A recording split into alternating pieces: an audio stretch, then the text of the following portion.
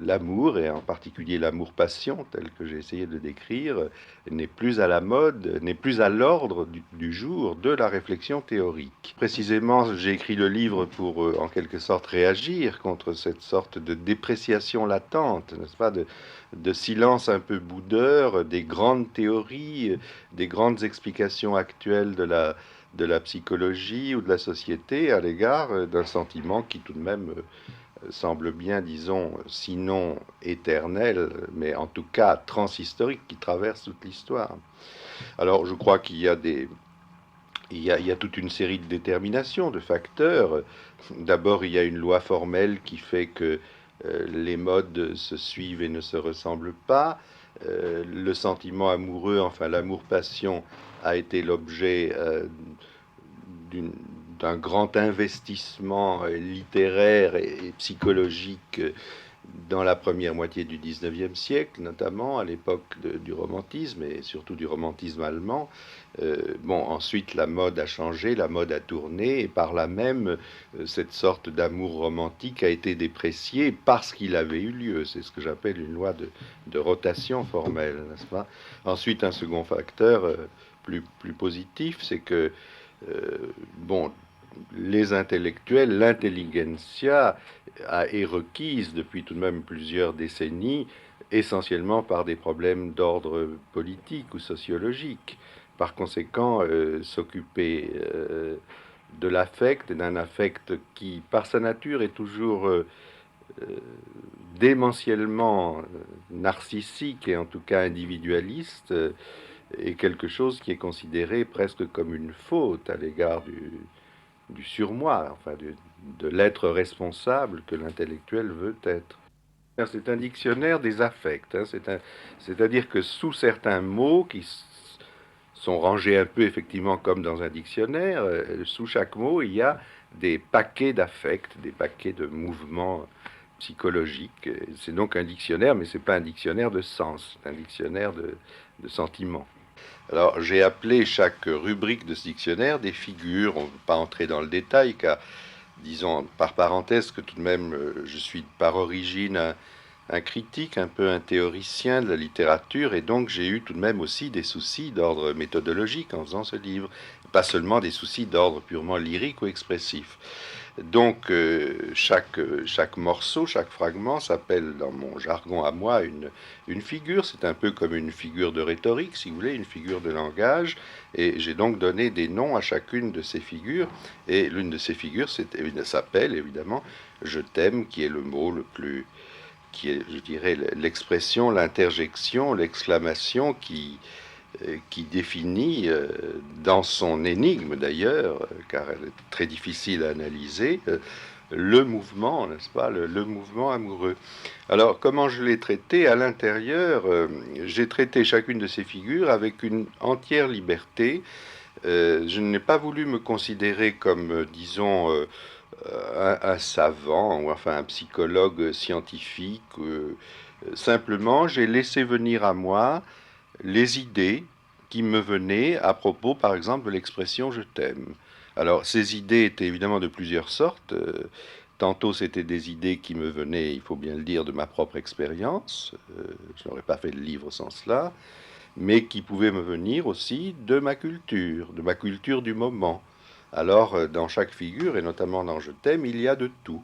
Il y a, euh, il y a des impressions, je dirais, extrêmement secrètes de ma vie, mais il y a aussi des lectures qui viennent de territoires extrêmement différents de la culture, aussi bien de l'ethnologie, de la littérature, de l'histoire. Bon, et avec tout cela, j'ai fait une espèce de petit dossier autour de l'expression je t'aime, mais c'est un dossier qui reste toujours ouvert, c'est-à-dire que chacun peut y ajouter ce qu'il veut. Moi, j'ai donné une sorte de noyau, et chacun peut ajouter et peut mettre dans ce dossier ce qu'il a envie d'y mettre. Et par là même, le livre, vraiment, enfin j'espère qu'il fonctionne comme cela, en tout cas, est un appel à collaborer, un appel de collaboration avec le lecteur. Cette collaboration, cette coopération, me semble-t-il, est rendue facile par le fait même que le livre est très fragmenté. Donc à chaque fragment, chaque lecteur peut ajouter ce qui lui vient, lui, de sa culture ou de son expérience. Mais il faut bien rappeler, n'est-ce pas, que ce que j'ai voulu explicitement décrire, ou alléguer, si vous voulez, c'est un type particulier tout de même de sentiment amoureux, c'est ce qu'on appelle l'amour-passion ou l'amour romantique. Or, cet amour, ça fait partie de sa typologie d'être un amour malheureux.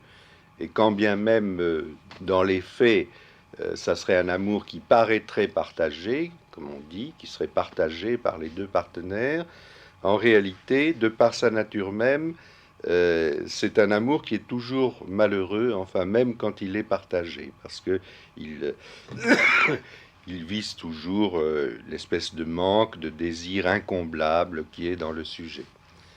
Alors je crois que voilà, il faut en prendre son parti. Cet amour-passion est effectivement un amour qui souffre. Ce dont souffre l'amoureux, si vous voulez, c'est d'une contradiction atroce qui le fait atrocement souffrir, car d'une part, il veut d'une façon éperdue et absolument sincère le bien total de qui il aime, et en même temps, il se rend très bien compte que le sentiment qu'il éprouve pour cet autre est tout de même un sentiment possessif, est un sentiment de possession, euh, souvent de jalousie, d'emprise, et donc il est pris lui-même dans une contradiction dont il est très conscient et qui le fait souffrir. J'étais absolument convaincu, et je ne suis pas le seul d'ailleurs, que structurellement, si vous voulez, le type de sentiment que j'ai décrit, à savoir l'amour-passion, avec, comment dirais-je, ses implications qui, sur le plan psychanalytique, sont surtout de référence à la mère, enfin de narcissisme, d'un narcissisme qui passe par la référence à la mère. J'étais persuadé que cet amour-passion est, comme on dit maintenant, unisexe, c'est-à-dire qu'il est exactement, c'est une expérience qui peut se décrire exactement dans les mêmes termes pour des hommes, pour des femmes, et je dirais à travers toutes les combinaisons possibles euh, de jeux de partenaires.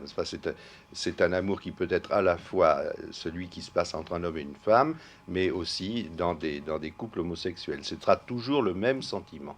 Ça, c'est ma conviction. Alors, j'ai eu évidemment beaucoup de soucis dans l'écriture du livre à ne jamais marquer en quelque sorte l'appartenance sexuelle, enfin le genre, si vous voulez, de celui ou de celle qui parlait. Vous voyez comme c'est compliqué, puisqu'en français, je suis obligé de choisir entre un masculin et un féminin. Alors j'ai fait très attention pour que, disons, on ne puisse jamais référer d'une façon sûre à le discours tenu à un genre précis de locuteur. Et cela dit, bon, c'est un peu une gageure que j'avais prise, et il y a quelque chose qui m'a fait un très grand plaisir, c'est que même dans les lettres que j'ai reçues après le livre, eh bien, j'ai constaté effectivement que ceux qui m'écrivaient étaient vraiment à égalité des hommes ou des femmes, des jeunes gens ou des jeunes filles.